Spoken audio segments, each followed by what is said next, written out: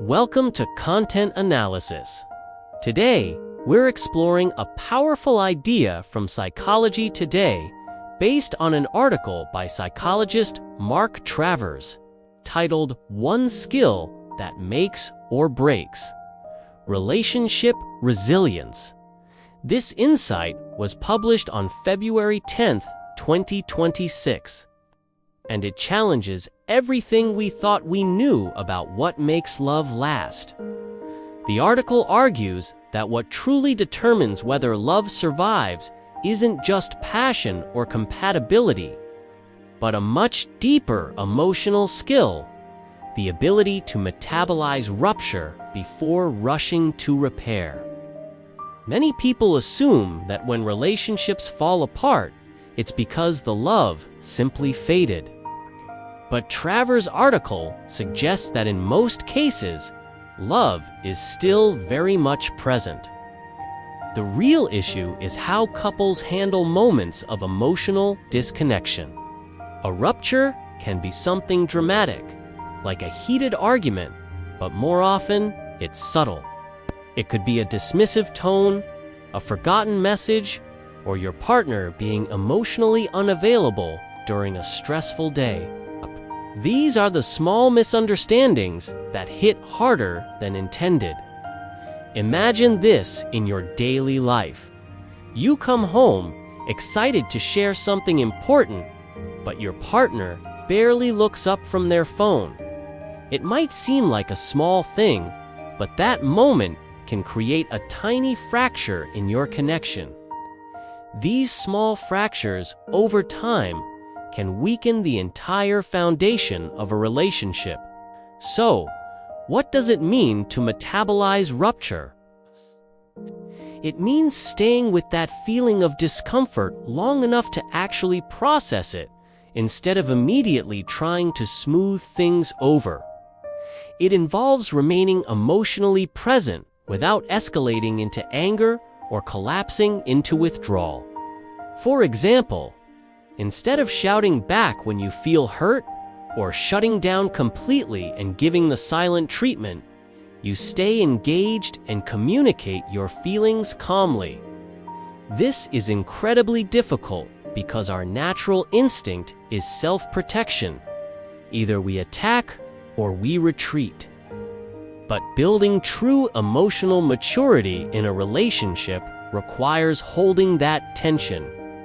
Another essential part of metabolizing rupture is learning to tolerate the impact of our actions without immediately defending our intent.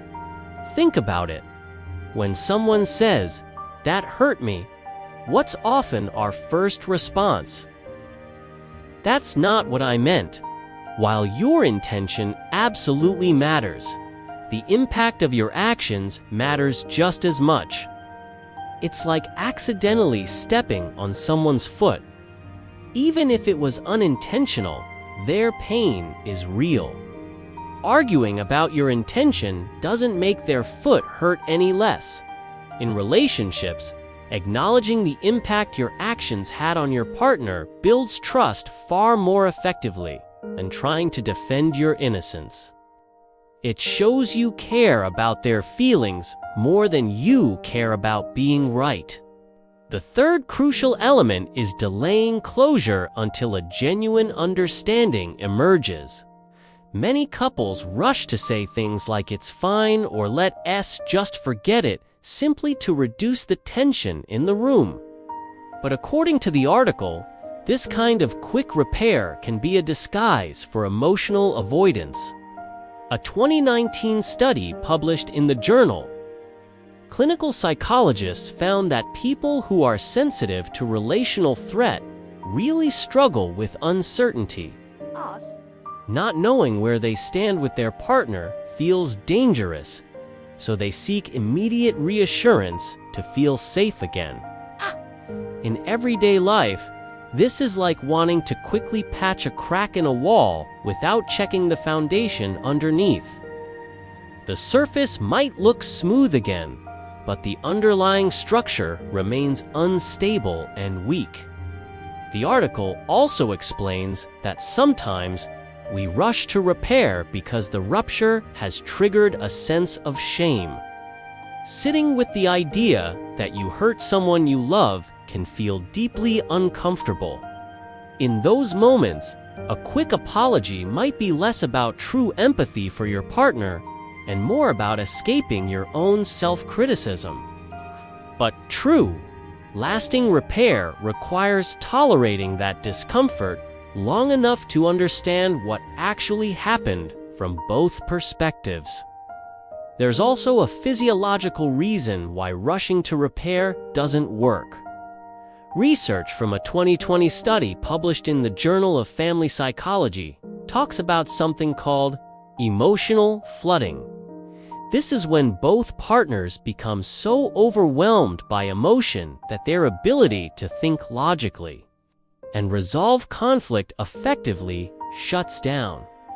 When couples try to fix a problem while they're emotionally flooded, any agreement they reach might sound logical on the surface, but it won't feel resolved deep down.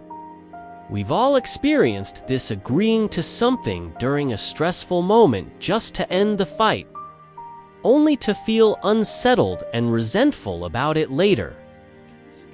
That's because your nervous system was never truly calm. The issue wasn't resolved, it was just suppressed. So, what do resilient couples do differently? They learn to pause without disconnecting. They create space when one or both of them are feeling overwhelmed, but they make a commitment to return to the conversation once they're emotionally regulated. Over time, this pattern teaches your body and your mind that conflict does not equal abandonment. It reinforces the idea that you can have a disagreement and still be safe in the relationship. This is how emotional safety becomes not just a promise, but a lived, felt experience. Okay. Metabolizing rupture requires you to tolerate not being immediately understood. Okay. It requires you to allow your partner's hurt to exist without you rushing in to neutralize it. It means sitting with unfinished emotional business without panicking. This process demands personal responsibility. It's about learning to regulate your own emotions rather than expecting your partner to fix your discomfort for you.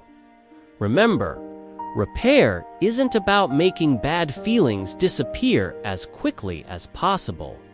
It's about making them make sense. It's about understanding where they came from and what they mean for your relationship. In essence, love might be what starts a relationship.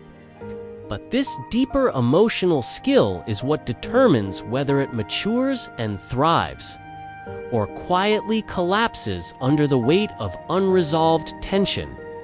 It's the difference between a love that breaks and a love that bends and becomes stronger in the process. Stay connected with content analysis for more deep psychological insights that help you understand relationships, emotional resilience, and human behavior at a deeper level.